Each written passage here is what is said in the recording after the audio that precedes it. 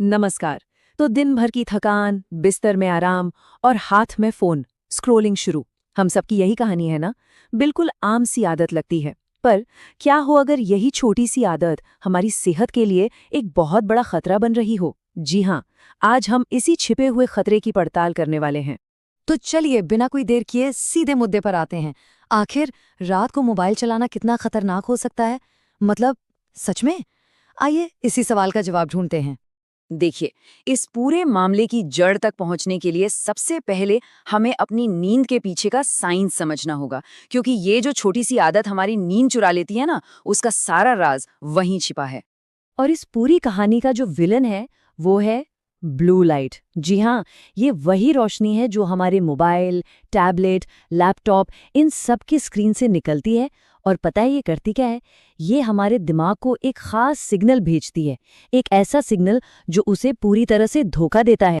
और वो सिग्नल सीधा हमला करता है एक चीज पर जिसका नाम है मेलाटोनिन। मेलाटोनिन को आप स्लीप हार्मोन भी कह सकते हैं। मतलब ये वो हार्मोन है जो हमारे शरीर को बताता है कि चलो भाई अब सोने का टाइम हो गया है। लेकिन ये जो ब्लू लाइट है ना, ये इसके बनने के प्रोसेस पर ही समझिए ब्रेक लगा देती है। और बस यहीं से एक पूरा चेन रिएक्शन शुरू हो जाता है। समझिए कैसे। स्टेप 1, ब्लू लाइट हमारी आंखों तक पहुंचती है। स्टेप 2, हमारे दिमाग को लगता है कि अरे अभी तो दिन है, शायद सूरज निकला हुआ है। स्टेप 3, मेलाटोनिन बनना बंद हो जाता है। और नतीजा ये होता है कि नींद हमसे कोसों दूर भाग जाती है, और अगर आ भी जाए तो वो बार बार टूटती रहती है। और इसके जो फौरन दिखने वाले नतीजे हैं ना, वो शायद हम में से कई लोगों को बहुत जाने पहचानने लगेंगे। जैसे बिस्तर पे बस करवटें बदलते रहना, रात में बार बार आंख खुलना, और सुबह उठने पर फ्रेश महसूस करने के बजाय और भी ज्यादा थका हुआ फील करना। और सोचिए, अगर ये सिलसिला लंबा चलता रहे तो इंसोम्निया यानी नींद ना आने की बीमारी एक हकीकत बन सकती है। लेकिन कहानी सिर्फ खराब नींद पर खत्म नहीं होती। जी नहीं, ये आदत नींद से कहीं आगे बढ़कर सीधे सीधे हमारे शरीर पर हमला करती है। चलिए शुरुआत करते हैं आंखों से। जरा सोचिए, एक अंधेरे कमरे में एक चमकती हुई स्क्रीन पर लगातार आंखें गड़ाए रखने से क्या होता है? इससे एक खास तरह की समस्या पैदा होती है जिसे एक्सपर्ट्स कहते हैं डिजिटल आई स्ट्रेन। इसके लक्षण बहुत साफ हैं। आंखों में जलन और दर्द होना, आंखों में सूखापन महसूस होना, कभी-कभी धुंधला दिखना और सिर में दर्द होना। ये सब कुछ उस एक स्क्रीन को घंटों घूरते रहने का सीधा सीधा नतीजा है। अच्छा, शरीर पर अगला सीधा हमला होता है हमारी गर्दन और रीढ़ की हड्डी पर। लगातार फोन देखने के लिए जो हम सिर झुकाए रखते हैं ना, उससे जो जोर पड़ता है, उसे मेडिकल भाषा में एक नाम भी दिया गया है, टेक्स्ट नेक सिंड्रोम। और ये हमारे आज के दौर की एक नई हकीकत बन चुका है।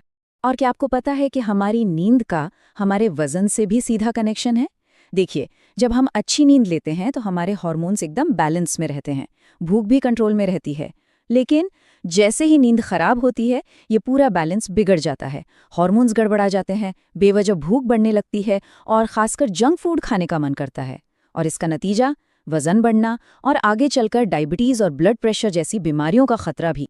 तो शरीर पर इसका असर तो साफ साफ दिख रहा है, लेकिन हमारे दिमाग का क्या? उस पर इसका क्या असर होता है? चलिए अब स्क्रीन टाइम और मेंटल हेल्थ के बीच के इस कनेक्शन को भी समझते हैं। जरा सोचकर देखिए, ठीक उस वक्त जब हमारे दिमाग को दिन भर की भागदौड़ के बाद शांत होकर आराम करना चाहिए, हम उसे सोशल मीडिया, वीडियोस और न्यूज़ के शोर से भर देते हैं। तो वो शांत होने के बजाय और ज्यादा एक्टिव हो जाता है। मतलब हम उसे आराम करने का मौका ही नहीं देते, उसे एक लगातार बेचैनी की हालत में छोड़ देते हैं। इसका दिमागी असर भी बहुत गहरा होता है। रिलैक्स करना मुश्किल लगने लगता है, तनाव और बेचैनी बढ़ने लगती है, और फिर वो छोटी छोटी बातों पर बहुत ज़्यादा सोचने की आदत पड़ जाती है, जिसे हम ओवरथिंकिंग कहते हैं। और अगर ये सब लंबे समय तक चलता रहे तो यही आदतें एंग्जाइटी और डिप्रेशन जैसी गंभीर समस्याओं का रूप भी ले सकती हैं। खराब नींद और हद से ज़्यादा स्क्रीन टाइम का ये जो कॉम्बिनेशन है ना, ये हमारी सोचने समझने की ताकत पर सीधा हमला करता है। धीरे धीरे याददाश्त कमज़ोर पड़ने लगती है, किसी भी काम पर ध्यान लगाना मतलब कॉन्सेंट्रेट करना मुश्किल हो जाता है, और इसका असर हमारे काम या पढ़ाई की परफॉर्मेंस पर साफ साफ दिखने लगता है। लेकिन यहाँ एक अच्छी खबर भी है, और वो ये है कि इस पूरे चक्र को तोड़ा जा सकता है, अपनी सेहत का कंट्रोल वापस अपने हाथों में लिया जा सकता है। तो चलिए अब देखते हैं कि वो कौन से आसान से कदम हैं जो हम सभी उठा सकते हैं। यहाँ 5 बहुत ही सिंपल टिप्स हैं। पहला, सोने से कम 1 घंटा पहले अपना मोबाइल बंद कर दें।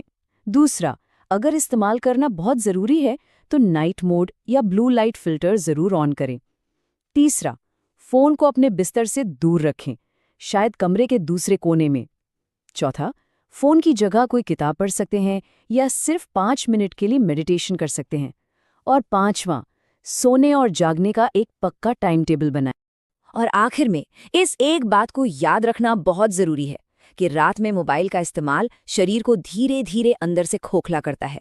इसका नुकसान शायद शुरुआत में दिखाई न दे, लेकिन लंबे समय में इसके नतीजे बहुत बहुत गंभीर हो सकते हैं।